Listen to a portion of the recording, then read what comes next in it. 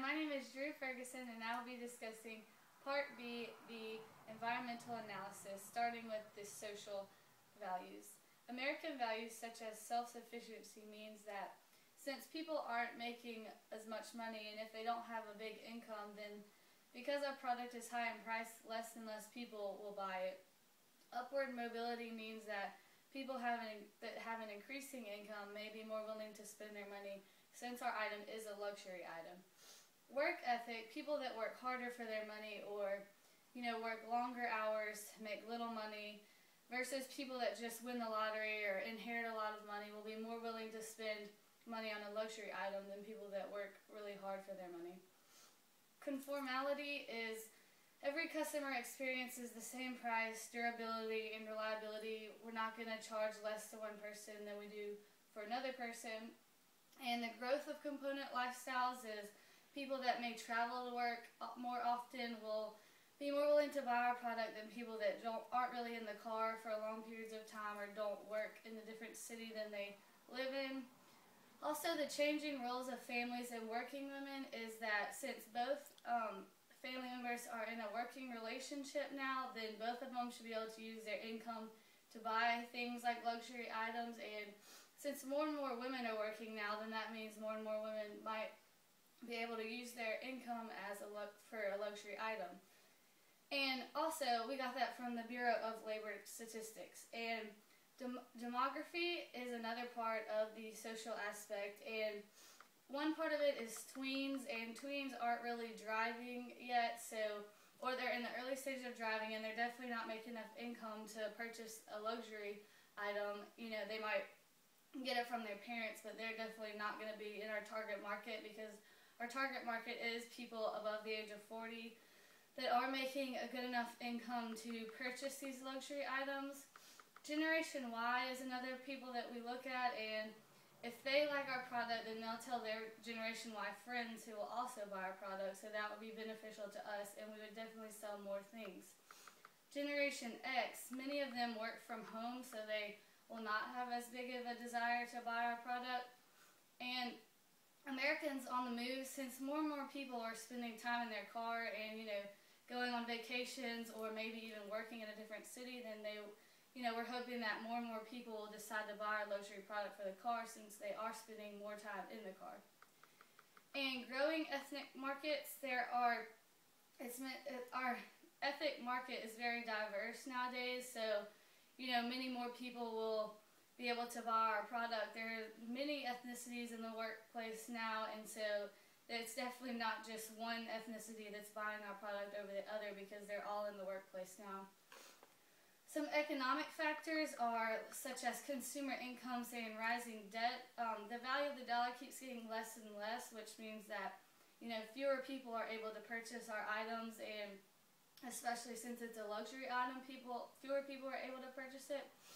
Purchasing power, since our good is not a necessity, people with such as lower incomes will not be able to purchase this as easily as people that have higher incomes and have enough money to just spend on a luxury item. If there were to be an inflation in our market, then we'd have to lower the price of the item because the value of the dollar is decreasing very steadily. And since the economy is in a recession, the price may have to come down depending on how many we sell because, in order for the company to break even, we'd have to sell more items quicker. Technological factors, there is research done in this. We've done basic research comparing profits from, working on our own versus partnering with dealerships or putting our product in, Walmart or Target, things like that. Applied research would be researching specific brands of cars such as Ford or, Mercury that we would like to put our luxury item in. Blogging, if people were to blog about our product, then they could get the word out, and if they blog positive feedback, then they would be able to spread it to other people, which would increase the amount of people that would buy our product, so we would like that. For the political and legal factors, we pay attention to the Wheeler-Lee Act of 1936 to make sure that other companies weren't claiming to offer the service that we offer because We are the only person that offers this service right now, the voice automated speed control. And regulatory agencies like the Federal Trade Commission, we would want to make sure that other competitors aren't playing unfair, between in the marketplace. And consumer privacy is another thing we would look at, because if people buy our product and we obtain their email address or their address and their phone number, we would like to make sure that they know that we wouldn't be spreading this information to people such as telemarketers or, spam agencies that would just use their email and everything to get at them, because that wouldn't really convey a positive effect on us because we were giving that out. So we want to make sure that doesn't happen. Competitive factors to our product are, other luxury items such as heated seats or GPS systems that you can put in a car. The items aren't necessary to a car, but they're definitely things that people would like. Another luxury item that could be a competitor would be like the screen decks that are put in the car that'll have the maps and the music and the OnStar that talks to you. And we just think that we have a competitive edge because we have created the first voice automated speed control product that's on the market today. So I think we could compare very fairly with the other products on the market for luxury cars. Next, I'll be talking about the SWOT analysis, and this is strengths, weaknesses, opportunities, and threats. And the strength that we have in our product is that we have a software that we install in a car, and it's, an easy-to-use software. It doesn't alter the car. Sometimes when you put like a stereo in your car, it might mess up the frame of the car. You might have to do some rearranging or, unscrewing things to put it in. Well, our product is just a software that you install. It doesn't mess up the car. It's easy to use, and it works anywhere. You don't have to have a certain car to have it put in.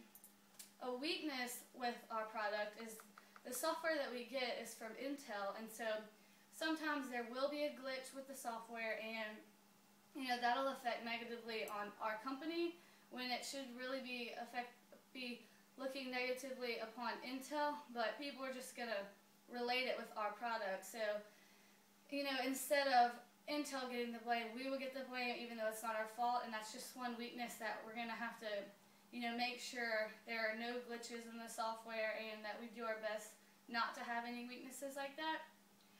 An opportunity that we had is we took an internal company survey where we asked our employees if they thought that technology in cars is on the rise and if people were buying more and more these days. And we came out with over 75% of people agreeing that more people are installing luxury items in their car, and even though they may not have a high income, they are still buying cars that come with the GPS systems and the heated seats instead of just the bone bare car. And I think this is a great opportunity for our company because we are able to sell to a lot of people because a lot more people are willing to put technology in our cars.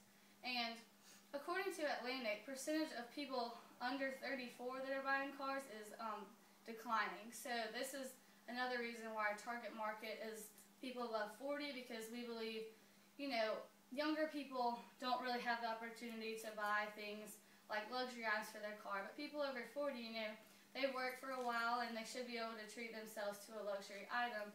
So we definitely think that our target market is people over 40.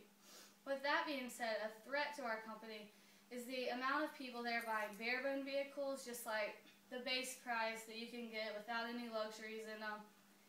According to the Bureau of Labor Statistics, employment's declining by $20,000 less jobs per month than it was in 2011. So we basically came to the conclusion that less and less people are buying the luxury items these days because the employment is declining. But we still think that we have a very good opportunity to have our market on the product and to have as many people buy it as we can. Thank you.